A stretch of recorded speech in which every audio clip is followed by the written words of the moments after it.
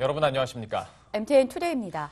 특검이 결국 이재용 삼성전자 부회장에 대해 뇌물 공여 혐의를 적용해 사전 구속영장을 청구했습니다.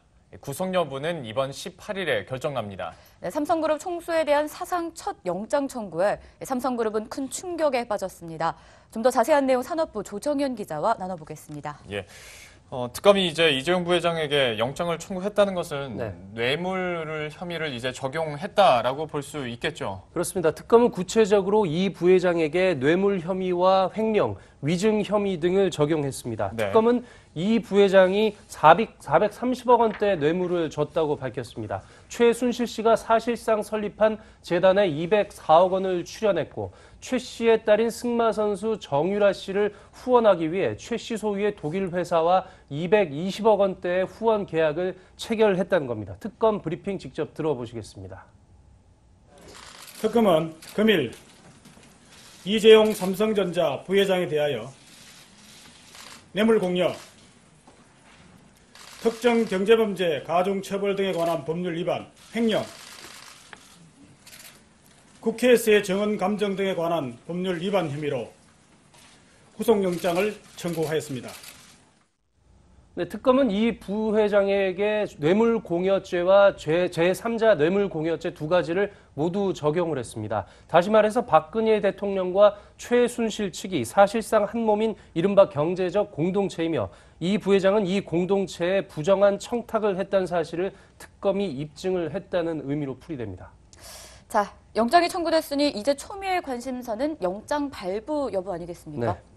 그렇습니다. 이 부회장에 대한 영장 실질 심사는 모레 오전 10시 반에 서울중앙지방법원에서 열립니다. 이 부회장도 심사에 참석해서 자신의 혐의에 대해서 소명을 하게 됩니다. 삼성 측 변호인단도 이 삼성물산 합병과 관련해서 그 대가로 자금 지원이 이루어지지가 않았고 대통령의 강요와 압박에 의해서 어쩔 수 없이 지원했다는, 다시 말해서 뇌물죄가 성립되지 않는다는 입장을 강조할 걸로 보입니다.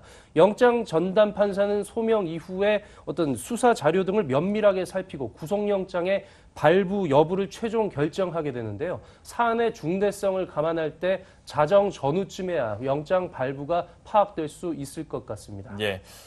이재용 부회장이 청문회 갔을 때도 그리고 22시간의 특검 조사를 받았을 때도 제가 여쭤보긴 했습니다마는 삼성그룹의 분위기, 오늘 소식까지 겹쳤으면 정말 말할 것도 없겠네요. 처음으로 총수의 구속 위기를 받게 됐습니다. 말 그대로 삼성그룹은 망연자실한 상태고요.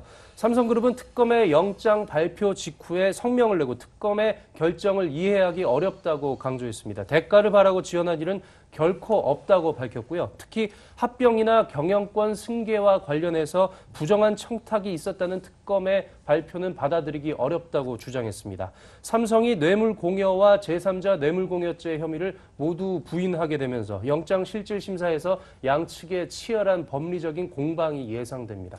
네, 검찰 수사가 시작된 뒤부터 삼성그룹 자체의 경영 공백이 있었다라고 해도 과언은 아닐 텐데, 자, 앞으로 이 공백은 더 크게 다가오지 않겠습니까? 그렇습니다. 이 부회장이 최종 결정을 한 하만 인수와 같은 초대형 M&A 같은 경우는 당분간 추진이 되기 어려운 상황입니다. 물론 또 조직 개편과 대규모 투자 활동도 상당 기간 보류되거나 위축될 가능성이 높습니다. 삼성전자는 오는 5월까지 지주사 전환을 로드맵을 발표해서 지배구조를 효율화하기 위한 청사진을 밝히겠다고 발표한 바 있는데요. 이 계획도 예정대로 진행되기 어렵게 됐습니다.